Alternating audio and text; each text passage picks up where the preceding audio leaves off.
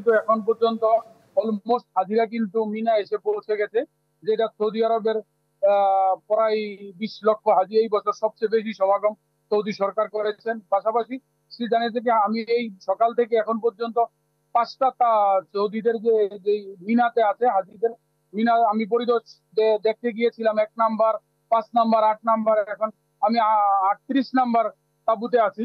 এখন আমি বাংলাদেশি হাজিদের সাথে অনেকের সাথে কথা বলছি, এখন পর্যন্ত তারা সবাই খুব ভালো আছেন এবং নির্বিঘ্নে তারা এখানে এসে মিনাতে এসে পৌঁছেছেন।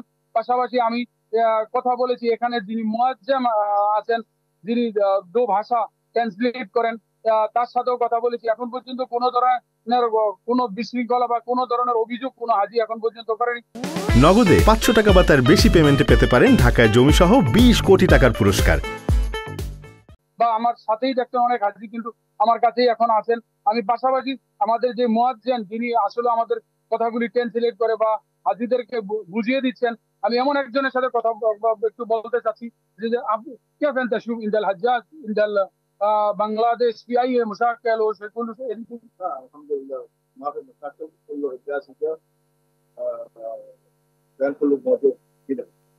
যেটুকু আপনি দেখতে পাচ্ছেন যে আসলে কিন্তু হাজিরা খুব ভালো আছে এবং আগামী আজকে এশার নামাজের পরেই তারা আরাফার উদ্দেশ্যে রওনা দিবেন। আরাফাত থেকে রাত্রি যাপন সেখানে করবে।